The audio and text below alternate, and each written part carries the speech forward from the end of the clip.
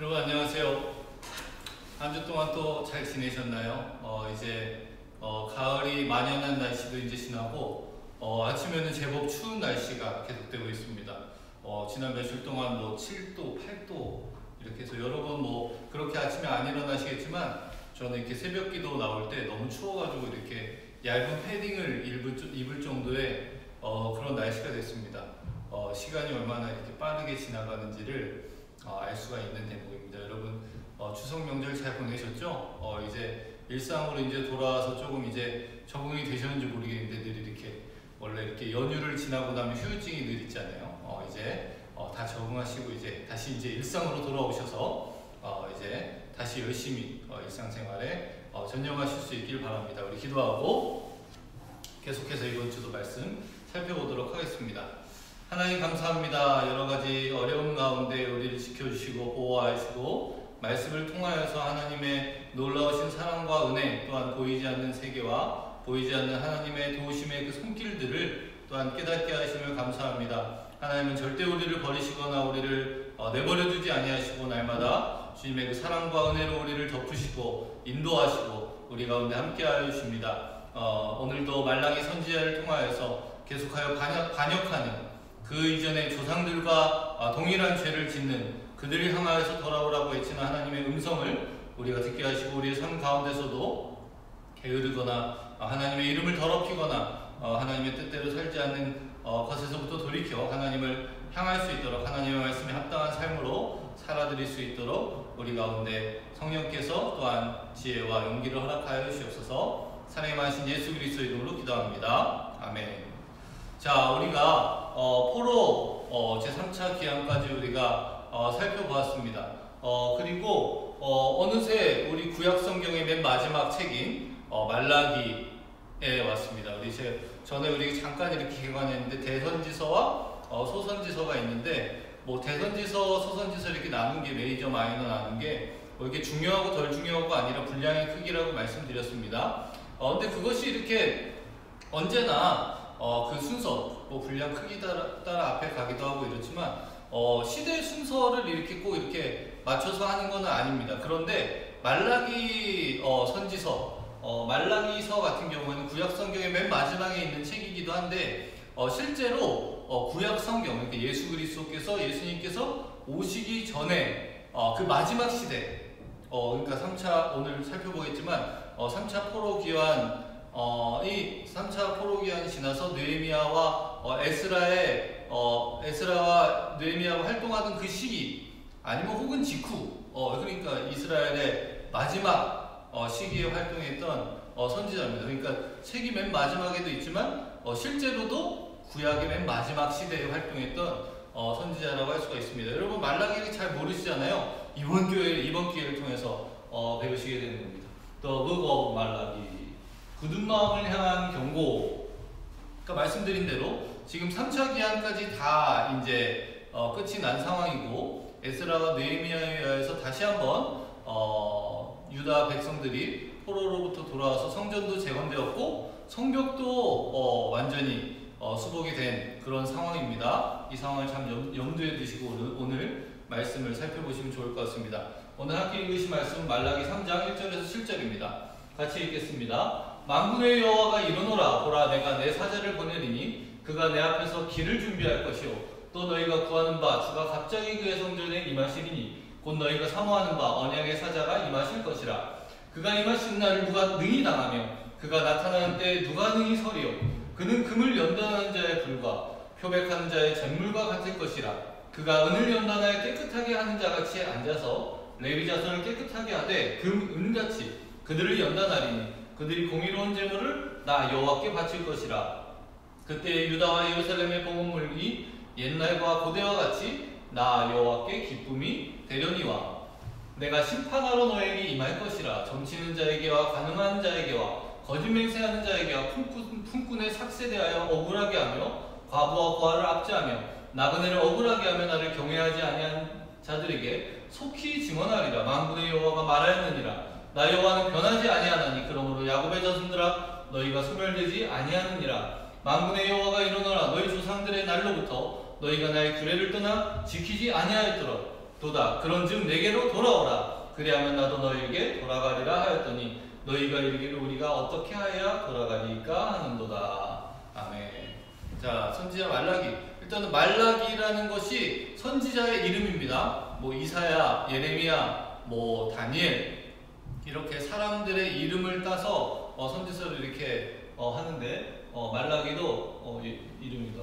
프로페타 말라키야, 말라기 선지자. 당연히 뭐 이 구약 시대 때 이렇게 그림이 초상화가 있을 리가 없으니까 상상합니다. 삽합니다. 자, 이름 말라기 뜻이 나의 사자라는 뜻입니다. 그래서 이 말라기라는 것을 뭐 이렇게 여러 가지로 해석을 하는데 이 사람의 이름이 진짜 말라기이냐 아니면 그냥 이 사람의 말라기는 이 사람의 이름이 아니라 그냥 하나님께서 보내신 선지자의 명칭일 뿐이다 이렇게 뭐 여러 가지 설이 있지만 우리는 그냥 나의 사자라는 뜻을 가진 말라기의 이름이라 이렇게 생각해도 될 것입니다. 나의 사자 이런 뜻이 있습니다. 지금은 선지자입니다. 그런데 제사장일 가능성도 있습니다. 말라기 2장 7절에 보면 제사장은 마땅히 나의 사자가 되어야 할 것이요 이렇게 이야기하는 부분이 있기 때문에 혹시라도 말라기가 제사장이 아니었나 이렇게 추측하는 학자들도 있습니다. 활동 시기는 제가 아까 잠깐 말씀드린 대로 BC 450년에서 430년경 이 당시 혹은 428년 그러니까 만약에 450년에서 430년의 활동이라면 에레미야와 느헤미야 에스라와 느헤미야 예레미야 아니고요. 예레미야는 포로 전이잖아요. 에스라와 느헤미야 에스라는 우리 배운 것처럼 제사장이자 학사였죠. 그리고 느헤미야는 왕의 술 맡은 관원이었는데 유다 총독으로 이렇게 세움을 받아서 예루살렘을 상차하기 위한 혼자였던 사람. 그렇게 이 시대 동시대입니다.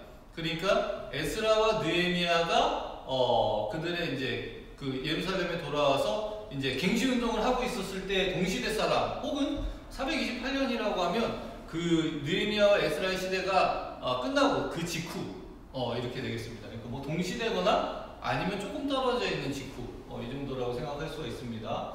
예언의 내용 다시 하나님을 떠난 유다 백성들의 악한 행위를 고발하고 모세의 율법을 기억하여 하나님께로 돌아올 것을 권면합니다. 그리고 세례 요한과 메시아의 등장을 이렇게 이야기하는 우리 다음 주에 이렇게 선지서에서 나타나는 메시아 예언들에 대해서 살펴볼 텐데 말라기도 여전히 동일하게 그런 내용을 담고 있습니다. 자, 그래서 The Minor Prophets, The Book of Malachi, 메신저가 하나님의 사자, 주의 사자 이렇게 우리가 얘기했었잖아요. 말라기. 우리가 한번 살펴보면 시기에 대해서 잠깐 말씀드리면 여기는 이제 그 에스라와 느헤미야 동시대의 사람인 거를 이제 하는 거죠. 이렇게 되면 350년에서 450년에서 430년 사이에 이렇게 동일 현상이 있습니다. 그리고 여기 말라기가 구약 성경의 마지막 선지자입니다. 제가 말씀드린 대로 마지막 시대였다 그랬으니까요. 그리고 말라기 선지자와 그 이후에 세례 요한이 나타나기까지 이스라엘의 중간기라고도 하고 암흑기라고도 하는 400년 동안 하나님의 말씀이 더 이상 그들에게 주어지지 않는 여러분 아시다시피 선지자 예언자는 하나님께서 그들을 보내셔서 파송하셔서 하나님의 말씀을 전하는 자이잖아요. 근데 말라기 선지자를 이후로 하나님께서 이스라엘에게 말씀을 더 이상 하지 않으십니다. 그 선지자를 보내서 말씀을 하시지 않는 그러한 영적인 암흑기가 400년간이나 지속되었다가 이제 말라기 선지자가 예언한 세례 요한이 오고 세례 요한이 와서 예수님의 길을 예비하면 이제 예수님께서 메시아가 오시는 것이죠.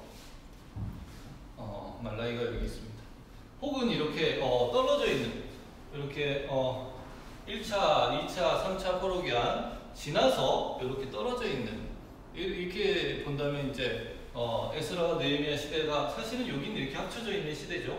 아닥사스다 왕 때 2차, 3차 리턴 포로기한이 있고 약간 직후에 이렇게 보는 견해도 있고 그렇습니다. 뭐 그렇게 중요한 것은 아닌데 어쨌든 말라기가 이렇게 떨어져 있든 동시대이든 중요한 것은요 말라기에 나타나고 있는 활동 시기를 추정할 만한 근거가 있다는 것입니다. 이 안에 나타나는 표현들이 그런데요. 첫 번째는 총독. 아시다시피 고레스 칙령으로 1차 포로 귀환을 하면서 이제 예루살렘에 그들이 돌아가게 하면서 이제 총독을 파견하게 되죠. 느헤미야가 이제 유다의 총독으로 오지 않습니까? 그러니까 총독이라는 직책이 예루살렘에 총독이라는 직책이 있었다라는 언급은 이제 이 시대 그 느헤미야와 에스라엘 그러니까 포로기한 이후 시대 그러니까 동시대이거나 혹은 그 이후 시대라는 것을 우리에게 알려주는 것이죠. 그리고 성전제사와 제사장 기능이 재확립되어 있으니까 당연히 포로 시기는 지난 것이시죠. 70년 포로 기한이 지나서 이제 포로 기한 이후의 시대라는 것을 알 수 있게 해줍니다. 유다 백성이 성전 건축 때 열심히 식었음을 고발하고 있습니다. 성전 건축 그러니까 당연히 성전 건축 이후이겠죠. 성전 건축이 완공된 이후로부터 시간이 조금 흘렀다는 것을 알 수가 있습니다. 왜냐면 그때는 여러분 아시다시피 느헤미야 때도 그렇고 에스라 때도 그렇고 특별히 느헤미야 때 우리가 지지난주에 배웠지만 야 우리가 성전을 짓자 이렇게 막 이렇게 자발적으로 나와서 했던 열심을 내었던 성벽을 열심을 내었던 이스라엘 백성을 볼 수 있습니다. 그리고 또 성전 지을 때도 막 서로 이렇게 힘을 내어서 지었던 것을 우리가 살펴봤었죠. 자, 유다 백성들의 영적 상태가 또 에스라 느헤미야 시대 때와 유사합니다. 느헤미야가 여러분 우리 지난주에 살펴봤듯이 느헤미야가 이제 개혁을 하고 주변에 많은 나라들의 많은 다른 민족들이 그것을 방해하려고 이렇게 처음에는 이렇게 조롱하기도 하고 나중에는 협박을 하기도 하고 뇌물로 사람을 회유하여서 느헤미야를 처치하려고도 하고 이런 여러 가지 방법을 썼던 것을 우리가 살펴보았는데요. 그 당시에 그리고 그 성벽 건축을 마치고 난 다음에 느헤미야는 이제 그 아닥사스다 왕한테 약속했던 대로 내가 갔다가 돌아오겠습니다 이렇게 약속해서 이제 다시 이제 그 성벽 건축을 마치고 이제 안전을 담보한 다음에 예루살렘 안에 거주할 사람 10분의 1 제비로 뽑아갖고 놓고 이제 자신은 이렇게 다시 이제 페르시아로 돌아가죠. 근데 그러다가 다시 이제 그 성전 건축이 된 다음에 이 안에 살고 있는 유다 백성들이 또 타락했다는 소식을 듣고 1년 만에 다시 이렇게 돌아오게 된 내용을 우리가 지난주에 살펴봤었습니다. 근데 이렇게 느헤미야가 다시 돌아와서 개혁한 내용들, 그러니까 그 당시에 유다 백성들 가운데 행행하고 있던 죄악들의 죄악상이 아주 비슷합니다. 멜라기에서 고발된 내용이요. 자 보면 제사장들의 방종, 그렇죠? 제사장 우리 살펴본 대로 느헤미야가 돌아왔을 때 제일 먼저 한 일이 제사장이 이렇게 성전에 그 레위인들을 위한 창고에 성벽 건축을 방해했던 느헤미야를 처치하려고 했던 그 대적을 이렇게 사무실을 삼아서 살게 했던 그러한 일들이 있었습니다. 방종. 그리고 이제 당연히 레위인들은 먹을 것이 없으니까 다 뿔뿔이 흩어져서 그대로 이렇게 복귀시킨 내용들이 있었죠. 이방인들과의 통원, 이거 에스라가 그렇게 싫어했던 내용이고 느헤미야도 이것을 막 끊기로 이렇게 서로 하나님 앞에 유다 백성들이 이렇게 대회로 모였을 때 이렇게 약속했던 내용이기도 한데 여전히 있었습니다. 가나안 자들을 압제하는 거 있었고요. 11조 소유과 레위인들의 경제적 분란 우리 살펴봤던 그 내용들입니다. 자, 그러니까 이 죄악상들을 보았을 때 아주 에스라 느헤미야 시기와 아주 유사한 모습들을 보이고 있었기 때문에 동시대 에스라 느헤미야 시대 동시대. 왜냐하면 그 전에 이렇게 1차 기한 때 스룹바벨에 의해서 성전이 건축된 이후에 이렇게 너무 긴 70년 넘는 1차와 2차, 3차 사이, 1차와 2차 사이가 너무 기니까 그 당시는 아니고 2차와 3차는 거의 이렇게 붙어 있다고 할 수 있으니까 느헤미야서에 에스라가 등장을 하는 것 같죠. 아마 그러니까 그 에스라 느헤미야 시대의 동시대에 있거나 아니면 혹은 그 이후 시대, 바로 직후의 시대가 아닌가 이렇게 생각할 수가 있는 것입니다. 그래서 여러분 기억을 이렇게 더듬어 보면 제가 마지막에 느헤미야 예루살렘 복귀한 다음에 개혁, 그렇죠? 총독 임기 바사로 들어간 다음에 다시 돌아오게 되는데 성전 골방에 넣은 도비에 추방하는 거 제가 말씀드린 겁니다. 직무를 포기하고 떠난 레위인도 복직시키고 안식을 철저히 지키게 하고 이방 여자와 혼인한 사람들 책망하고 쫓아낸 내용들, 이런 내용도 우리가 살펴봤던 거 여러분 기억하시면 됩니다. 그러니까 거의 제가 이렇게 계속 말씀드린 이유가 말라기 선지자의 활동 시기가 에스라 느헤미야 시대와 동시대이거나 아니면 에스라 느헤미야의 개혁이 끝난 이후 바로 직후 라고 우리가 생각할 수가 있는 것입니다. 그러면 이제 말라기는 이제 한번 잘 상세히 한번 들여다볼 텐데요. 모든 내용을 우리가 살펴볼 수가 없습니다. 그리고 뭐 4장밖에 되지 않지만 그 안에 내용들이 많이 있지만 아주 중요한 것은 6분의 논쟁이 등장을 합니다. 하나님께서 이렇게 그들의 죄악을 고발하시면 이제 유다 백성들이 잡아댑니다. 우리가 언제 그랬습니까? 그러면 하나님이 그것에 대해서 그들의 죄를 이렇게 상세히 이렇게 고발하시면 이스라엘 그 유다 백성들은 아무 말도 안 합니다. 그러면 다시 이 다음에 또 다른 사안으로 넘어가면 우리가 또 언제 그랬습니까? 하나님이 너 그랬잖아. 그러면 유다 백성들이 또 입을 다물고 이런 것들이 6번이나 등장을 합니다. 그리고 그 안에서 이제 보면 우리가 살펴본 대로 이스라엘 제약들 그렇게 에스라 선지자와 느헤미야 총독이 그들 가운데 계속해서 울면서 회개하고 다시 하나님께 그렇게 그런 죄를 짓지 않겠습니다라고 했던 그러한 내용들이 다시 반복되는 것을 봅니다. 느헤미야 총독이 1년 만에 돌아와야 했던 얼마 지나지 않아서 개혁을 다 끝내고 이제 하나님 앞에 우리가 하나님 말씀대로 살겠습니다. 하나님의 율법대로 살겠습니다. 막 이렇게 눈물 흘리면서 회개했는데 1년밖에 지나지 않아서 그런 죄악의 내용들이 다시 드러나고 있던 것과 마찬가지로 그들의 죄악상이 그대로 드러나고 있다는 것을 우리가 볼 수가 있습니다. 또 힘이 빠지는 거죠. 내가 너희를 사랑하였다 이렇게 하나님께서 말씀하시니까 주께서 여기 Q는 이스라엘 그 유다 백성들입니다. 주께서 어떻게 우리를 사랑하셨습니까? 그렇게 따집니다. 이거 굉장히 신성모독적인 발언 아닙니까? 이스라엘의 역사만 보더라도 하나님께서 종되었던 애굽의 종되었던 이스라엘 백성들을 모세를 보내셔서 열재앙을 통하여서 건져내시고 홍해를 건너게 하시고 광야 40년 동안 그들의 발이 부르트지 않게 하시고 신발을 주시고 의복이 헤어지지 않게 하시고 만나 매출하기를 보내주시고 불기둥과 구름기둥으로 인도하시고 말할 것도 말할 것이 한두 개도 없는데 그 이후에 여호수아를 통하여서 가나안 땅을 정복하게 하시고 그렇죠 이야기할 게 한두 개가 아닌데 계속해서 반역하던 이스라엘 백성들을 사랑하셔서 그들을 멸망하지 않게 이방 민족이 망하지 않게 그렇게 은혜를 베푸셨는데 주께서 어떻게 우리를 사랑하셨습니까? 이런 배은망덕한 그런 자신들의 조상들의 그러한 모습들을 전혀 생각하지 못하는 아주 교만한 그런 말이죠. 하나님께서 이렇게 이야기하십니다. 내가 야곱은 사랑하였고 에서는 미워하였다 이렇게 이야기하시면서 야곱과 에서가 있어 너희는 지금까지 망하지 않고 계속해서 너희가 이뻐서가 아니라 잘해서가 아니라 내가 너희를 사랑하였기 때문에 지금까지 이렇게 번성하고 너희가 이렇게 살아있을 수 있는 거 아니냐. 너희 조상이 아닌 너희 형벌 조상의 너희 조상의 형벌되는 에서의 민족인 에돔은 어떻게 되었는지 생각하여 봐라 이렇게 이야기하시면서 하나님의 무조건적인 사랑과 선택에 대해서 이렇게 이야기하십니다. 말씀드린 대로 야곱의 후손인 이스라엘은 하나님의 선택을 받아 하나님의 사랑을 입었지만 에서의 후손인 에돔은 하나님의 영원한 진노를 받았다 이렇게 이야기합니다. 여호와께서 이르시되 내가 너희를 사랑하였노라 하는 너희는 이르기를 주께서 어떻게 우리를 사랑하셨나이까 하는도다. 아주 나쁜 놈들이죠. 나 여호와가 말하노라 에서는 야곱의 형이 아니냐. 그러나 내가 야곱을 사랑하였고 에서는 미워하였으며 그의 산들을 황폐하게 하였고 그의 산업을 광야의 이리들에게 넘겼느니라. 이렇게 여러분 이스라엘이라는 사실은 남유다와 북이스라엘로 나뉘어서 이스라엘이라는 명칭을 북쪽에 가져와 버렸지만 유다 민족도 사실은 이스라엘의 후손 아닙니까? 이스라엘이 야곱이 변화해서 이스라엘이 되었으니까요. 사실은 북왕국 이스라엘이나 남유다나 다 이스라엘 민족입니다. 크게는. 근데 이스라엘 명칭을 북이스라엘이 가져가 버렸고 아수르에서 멸망한 이후에는 이제 사마리아 민족들이 이렇게 아수르에 있던 다른 민족들이 들어오면서 혼혈 민족이 되어버려서 이제 이스라엘이라는 명칭을 사용하지 않고 유다 민족이라고 하지만 사실은 그들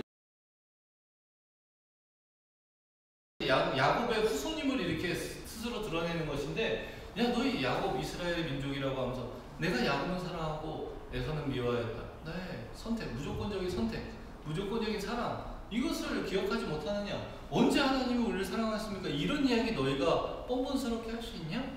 이렇게 하나님 고발하시는 것이죠. 그러니까 아무 말도 못해. 유다 민족이 이것에 대해서 아무 말도 할 수 없죠. 자, 두 번째입니다. 나를 공경함이 나를 두려움이 어디 있느냐. 제사장들의 특별한 죄악을 이렇게 꾸짖는 것이죠. 이렇게 이야기하니까 이제 또 유다 백성들이 이렇게 얘기합니다. 우리가 어떻게 주의 이름을 멸시하였습니까? 우리가 언제 하나님을 공경하거나 두려워하지 않고 어떻게 하나님의 이름을 멸시합니까? 그런 일이 어떻게 있을 수 있습니까? 아주 뻔뻔하죠. 그러니까 제사장들은 병들고 눈멀고 흠 있는 짐승을 제물로 드리지 아니하였느냐 이렇게 이야기를 하십니다. 그러니까 원래 여러분 제사제도 아시다시피 가장 좋은 것을 하나님께 드리는 것입니다. 그래서 흠 있거나 병든 그런 짐승은 하나님께 예물로 드릴 수가 없습니다.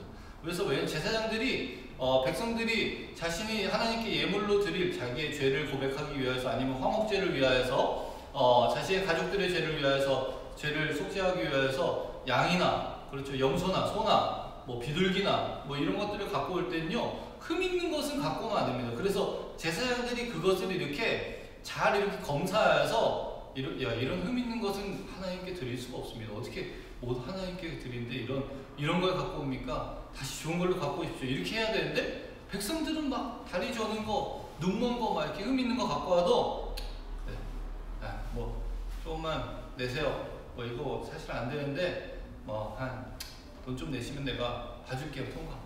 이런 식으로 하나님의 제사를 멸시하는 이런 제사장들이 사실은 하나님의 성결을 가장 먼저 이렇게 보호해야 할 그들이 사실은 가장 앞장서서 하나님의 이름을 멸시하는 하나님의 그 제사를 욕되게 하는 일에 앞서고 있다 이것이죠.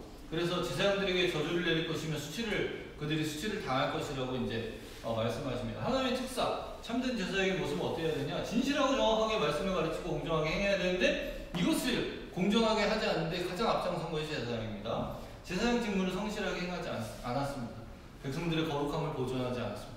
그렇기 때문에 하나님께서 그들에게 저주를 내릴 것이다. 너희가 수치를 당할 것이다. 이렇게 말씀을 하시는 것이죠. 자, 너희가 더러운 떡을 나의 제단에 드리고도 말하기를 우리가 어떻게 주를 더럽게 하였나이까 한도다. 아니 더러운 떡을 드리면서도 성결하지 않은 좋지 않은 막 그냥 먹다가 뱉어버린 거 뭐 이렇게 심하게 말하면 되죠. 실제로 더러운 떡을 하나님께 마땅히 가장 좋은 것으로 드리는 더러운 떡을 드리면서도 드리면서도 말하기를 우리가 어떻게 주를 더럽게 하였나이까 이렇게 이야기합니다. 눈먼 희생제물을 바쳤다. 이거 뭐 좋지 않은 희생제물이라는 것이죠. 흠없는 것을 드리라고 분명히 여호와 율법에 모세 율법에 명하고 있는데 그것은 그냥 듣지 않는 것이죠. 자, 이거 병든 것을 드리는 것이 어찌 악하지 아니하냐? 이것을 너희 총독에게 드려보라. 그가 너를 기뻐하겠으면 너를 받아주겠느냐? 옛날에 조공을 바치잖아요. 여러분 우리도 옛날에 뭐 조선시대만 생각해 보더라도 왕에게 진상미를 진상하는 것들이 있잖아요. 가장 좋은 것을 드리죠. 그 지방에서 나오는 가장 좋은 것. 그래서 뭐 이천에는 쌀, 그렇죠. 뭐 영광에는 굴비, 뭐 이런 것들 각 지역에서 나는 가장 좋은 것을 이렇게 드리는 그런 것이 있습니다. 근데 여러분 생각해 보십시오. 진상을 하는데 왕이 진상을 하는데 쌀 막 이렇게 묵은 거, 막 냄새가 펄펄 나는 거, 그냥 먹다가 이렇게 짐승 줘도 안 먹을 정도의 것을 진상으로 드린다고 생각해 보십시오. 어떻게 될까요? 바로 그날로 이렇게 잡아가지고 능지처참을 하겠죠. 이거 왕을 모독하는 거 아닙니까? 그렇죠? 나를 어떻게 생각하기에 이런 걸 나한테 짐승도 안 먹을 만한 걸 날 먹으라고 나한테 바친단 말이냐? 저놈을 저놈 삼족을 멸할 이런. 근데 하나님께 드리는 것이 인간 총독에게 그 예루살렘 한 지역을 다스리는 예루살렘의 총독에게 받아주지 않을 것인데 것을 바친다? 그러니까 두려움이나 하나님을 공경함이 없다. 이렇게 하나님이 말씀하시는 게 전혀 과장된 말이 아니라는 것이죠. 그러나 너희는 말하기를 여호와의 식탁은 더러워졌고 그 위에 있는 과일과 먹은 것은 경멸이 얻을 것이라요. 내 이름을 더럽히는도다. 그들도 이미 알고 있습니다. 그래서 이렇게 얘기하는 여호와 식탁이 이미 더러워졌어. 아주 그냥 패급만 받쳐지는 것이야. 그 위에 있는 과일과 먹을 것은 그런 거는 먹을 가치도 없는 것이야. 누가 그런 거 먹냐? 뭐 이렇게 이야기하면서도 우리가 어떻게 주를 더럽게 하였나니까 이딴 소리나 하고 있다 이것이죠. 하나님이 아주 그냥 진노하시면서 그들을 고발하고 계십니다. 자, 만군의 여호와가 이르노라 너희가 내가 내 재단이 헛되이 불사르지 못하게 하기 위하여 너희 중에 성전문을 닫을 자가 있으면 좋겠도다. 내가 너희 기뻐하지 아니하면 너희가 손으로 드린 것을 받지도 아니하리라. 야, 하나님 만왕의 주인인 하나님이시여, 하나님이 그들에게 필요하셔서 그런 걸 받는 것 아닙니다. 그들이 이렇게 하나님께 이렇게 공양하여 드리지 않으면 하나님 쫄쫄 굶으시는 하나님 아니십니다. 그렇죠? 그러면서도 막 아주 그냥 뭐 먹지도 못할 그런 병든 것, 눈먼 짐승 이런 것을 드리면서 우리가 하나님께 언제 하나님을 공경하지 않았습니까? 언제 하나님이 욕되겠습니까? 이렇게 뻔뻔하게 이야기하고 있으니까 하나님께서 성전문을 닫은 자가 있어요. 야, 그런 거 드리면서 생색내면서 우리가 언제 하나님을 더럽게 하지 않았습니까? 이렇게 이야기하는 거, 그런 거 듣기 싫다. 그냥 누가 와갖고 그런 눈먼 재물, 그런 병든 짐승 그런 거 드리지 않도록 성전문을 닫아버렸으면 좋겠다. 이렇게까지 하나님의 말씀을 하십니다.